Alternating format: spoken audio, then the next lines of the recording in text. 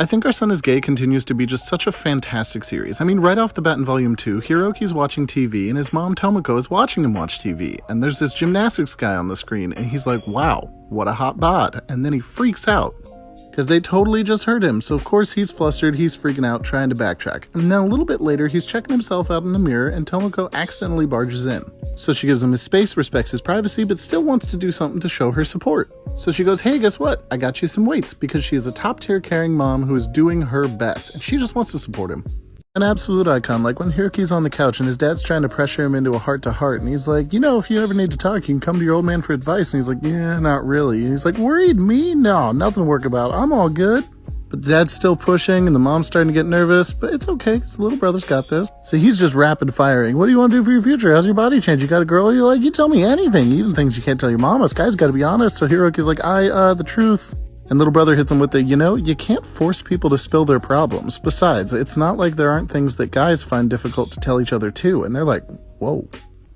Alright, we'll do another one because I love this scene. So Hiroki and his brother are on their way to school. And as they leave, their mom notices, oh, what's this that fell on the ground? I think it was on Hiroki's bag.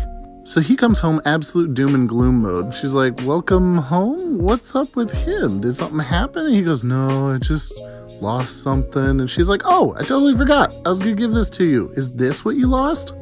And he loses his mind. He's so stoked. He's like, yes, this is amazing, the best thing ever. Oh, Daigo gave this to me. I'm so happy. No, I guess it's fine. I just kind of like it. She's like, oh, okay. I see how important it is to him. So she sews it into the pocket of his backpack. Alright, we can do one more, and we'll go back to the beginning when Hiroki is asking his mom why there's corn in her curry, and he goes that nobody else that he knows has their curry like that. She says, I guess that's because it's how my mom made it, and asks, do you not want the corn in there anymore? And he goes, no, that's not what I meant at all, Mom, it's great. And she goes, well, you like it better that way. Everybody's got their own way, every mom has their own way of cooking it, and that's great. Do you want to help me sometime so you can learn? He goes, it's fine, when I'm older, I'll just find a boyfriend who's great at cooking to get him to make it for me. And then he freaks out. He's going, girlfriend, I totally meant girlfriend. That's funny that I said the wrong word. That's what I meant to say. So she narrates that he often slips up and says boyfriend instead of girlfriend and gets really flustered when he does. And he's really bad at lying. And she says, I think our son is probably gay. He's really cute and sincere to boot. Alright, the requests were overwhelming, so let's do it. So Hiroki's getting home and his mom's sitting there and goes, oh, you're home. Let me go ahead and start dinner. And she leaves her glasses on the table. So of course Hiroki puts them on and he goes, how do I look? And she's assessing and then runs off and says, let me get your dad's glasses. To which he goes, oh, look at these. And she says she was sure the thicker frames would look better on him. And he's like, oh yeah? And she says, yeah, you look great. And he goes, wow, glasses are awesome. I want to wear them. And she's so proud. And he says he's sure he could pull off glasses ever since Daigo said he would look good in them. And she's thinking, Daigo? So he goes, I'm going to show Daigo. And she's so proud and impressed and so happy that he's not embarrassed to say that he's doing that.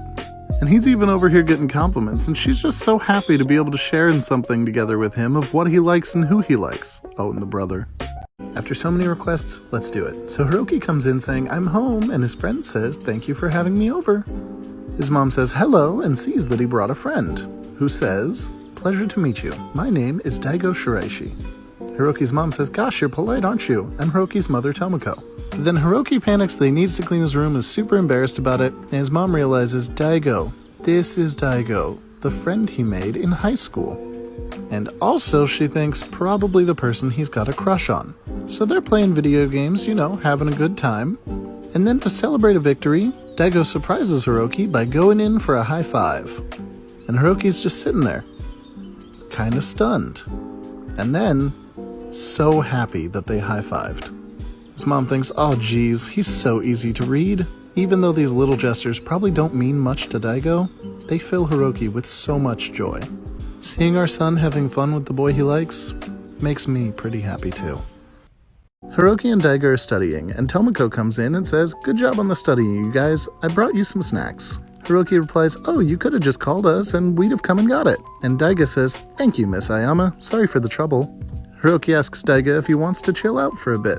And he replies, yeah, we've been at it for about 2 hours. Let's take a snack break. They both thank her, and that's when Tomoko looks and sees that Daigo's lock screen is a picture of him and Haruki, and she's so excited. Haruki says, "Thanks, Mom. You can go now. I'll clean up after we're done." And she's saying, "Yeah, sure. Sorry to interrupt." Tomko's still in shock, so she goes over to her other son and says, hey Yuri? So your phone's wallpaper, is it common to use a selfie of you and your friend together for it?" And Yuri thinks for a moment and says, "Sure, why wouldn't it be? It's what people do when they really like a photo." So she says, "Oh yeah, that makes sense, so there's no special meaning behind it, no siree." But thinks, well, I guess you could say, Daigo is fond of Haruki at the very least. But just if Daigo did feel more for Haruki and thought of our son in that special way, that would make me so very happy.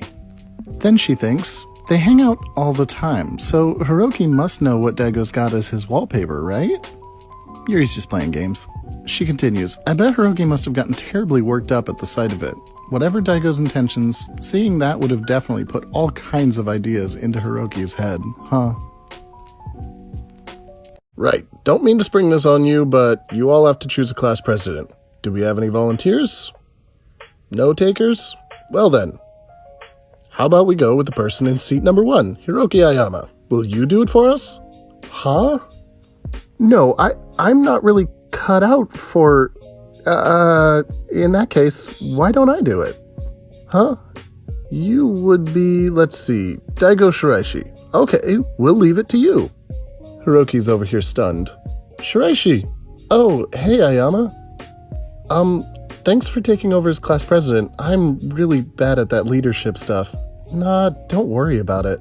I'm not a fan of situations where people get pressured into doing things they don't want to do. If all they need is a body for the job, I figured it might as well be me.